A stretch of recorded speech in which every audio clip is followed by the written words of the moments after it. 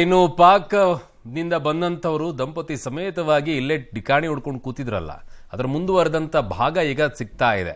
ಈಗ NIA ಅವರು ಕೂಡ ಈ ವಿಚಾರದಲ್ಲಿ ತನಿಖೆಗೆ ಇಳಿದಿದ್ದಾರೆ. ಏನಾಗಿದೆ ಇದರಲ್ಲಿ ಬೆಳವಣಿಗೆ? ಎಲ್ಲಿಂದ ಬಂದ್ರು ಇವರು? ಯಾಕೆ ಬಂದ್ರು? ಏನಿದೆ ಡೀಟೇಲ್ಸ್ ಇಲ್ಲಿದೆ ನೋಡಿ. ಆನೇಕಲ್ನಲ್ಲಿ ಪಾಕ್ ಪ್ರಜೆಗಳ ಬಂಧನ, IB ಮತ್ತು NIA ನಿಂದ ತೀವ್ರ ವಿಚಾರಣೆ, ಕಂಪ್ಯೂಟರ್ ಲ್ಯಾಪ್ಟಾಪ್ ಸೀಸ್ ಪರಿಶೀಲನೆ. ಆನೇಕಲ್ನ ಜಿಗಣಿಯಲ್ಲಿ ಅಕ್ರಮವಾಗಿ ವಾಸವಿದ್ದ ಪಾಕಿಸ್ತಾನದ ಪ್ರಜೆಗಳನ್ನ ಪೊಲೀಸರು ನಿನ್ನೆಯಷ್ಟೇ ಬಂಧಿಸಿದ್ರು.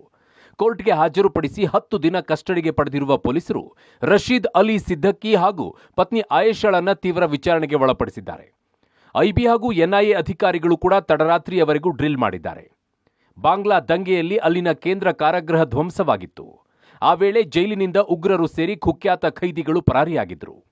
ಅವರ ಜೊತೆಗೆ ಇವರಿಗೆ ಲಿಂಕ್ ಇದೆಯಾ? ಪಾಕ್ ಉಗ್ರ ಸಂಘಟನೆಗಳ ಜೊತೆಗೆ ಸಂಪರ್ಕ ಇದೆಯಾ? ಭಾರತಕ್ಕೆ ಹೇಗೆ ನುಸುಳಿದ್ರು ಅನ್ನೋದರ ಬಗ್ಗೆ ಮಾಹಿತಿಯನ್ನ ಪಡೆದಿದ್ದಾರೆ. ಸ್ಪೆಸಿಫಿಕ್ ಮಾಹಿತಿ ಮೇಲೆ ವಿಚಾರಣೆ ಮಾಡಿ ಒಂದು ಪ್ರಕರಣ ದಾಖಲು ಮಾಡಿದ್ದಾರೆ ಜಿಗಣಿ ಸ್ಟೇಷನ್ ಅಲ್ಲಿ. ಅದರಲ್ಲಿ 4 ಜನ ಅವರು ಇಲ್ಲಿ ಜಿಗಣಿಯಲ್ಲಿ ವಾಸ ಮಾಡ್ತಾ ಇದ್ದಾರೆ. ಅವರು ನಮ್ಮ ಇಂಡಿಯನ್ ಡಾಕ್ಯುಮೆಂಟ್ ಫ್ರಾಡುಲೆಂಟ್ಲಿ ತಗೊಂಡಿದ್ದಾರೆ ಅಂತ ಬೇಸಿಕ್ ಇನ್ಫಾರ್ಮೇಶನ್ ಅವ್ರಿಗೆ ಲಭ್ಯವಾಗಿತ್ತು. ಆ ಆಧಾರ ಮೇಲೆ ಅವರು ವಿಚಾರಿಸಿಕೊಂಡು ಈಗ ಪ್ರಕರಣ ದಾಖಲು ಮಾಡಿದ್ದಾರೆ ಮತ್ತು ಆ 4 ಜನಗೆ ವಿಚಾರಣೆ ಮಾಡ್ತಾ ಇದ್ದಾರೆ. ಮಾಡ್ಕೊಂಡ ನಂತರ ಫರ್ದರ್ ಏನೇನು ಇದರಲ್ಲಿ ಬರ್ತದೆ ಅದರ ಪ್ರಕಾರ ನಾವು ಸೂಕ್ತವಾದ ಕಾನೂನು ಕ್ರಮ ತಗೊಳ್ತೇವೆ. ಅದೇ ನಮಗೆ ಈಗ ಬೇಸಿಕ್ ಇನ್ಫಾರ್ಮೇಶನ್ ಬಂದಿದ್ದು ಅದೇ. ಈಗ ಅದರ ಬಗ್ಗೆ ನಾವು ತನಿಖೆ ಮಾಡ್ತಾ ಇದ್ದೀವಿ.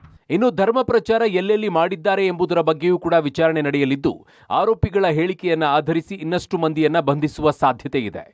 ಈ ನಡುವೆ ಇವರ ಸಂಪರ್ಕದಲ್ಲಿ ಇನ್ನೂ ಹಲವರು ಇದ್ದಾರೆ ಎನ್ನುವ ಮಾಹಿತಿಯ ಮೇರೆಗೆ ದೆಹಲಿ ಹಾಗೂ ಮುಂಬೈಗೆ 2 ತಂಡ ತೆರಳಿದೆ. ಇಂದು ಅಥವಾ ನಾಳೆ ಸಂಜೆ ವೇಳೆಗೆ ಅವರನ್ನ ಕೂಡ ಬಂಧಿಸಿ ಕರೆತರುವ ಸಾಧ್ಯತೆ ಇದೆ. ಈಗಾಗಲೇ ಜಿಗಣಿ ಪೊಲೀಸ್ ಠಾಣೆಯಲ್ಲಿ ರಶೀದ್ ಹಾಗೂ ಆತನ ಪತ್ನಿಯ ವಿಚಾರಣೆ ಮುಂದುವರೆದಿದೆ.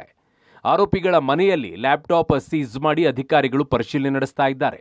ಒಟ್ಟಿನಲ್ಲಿ ಪಾಕಿಸ್ತಾನದ ರಶೀದ್ ಅಲಿ ಸಿದ್ದಕ್ಕಿ ಹಾಗೂ ಪತ್ನಿಯನ್ನ ಪೊಲೀಸರು ತೀವ್ರ ವಿಚಾರಣೆಗೊಳಪಡಿಸಿದ್ದು, ಮತ್ತಷ್ಟು ಸ್ಫೋಟಕ ಸತ್ಯಗಳು ಹೊರಬೀಳುವ ಸಾಧ್ಯತೆ ಇದೆ. ಅಂಬರೀಶ್ ಮಂಜು, ಪಬ್ಲಿಕ್ ಟಿವಿ, ಆನೇಕಲ್.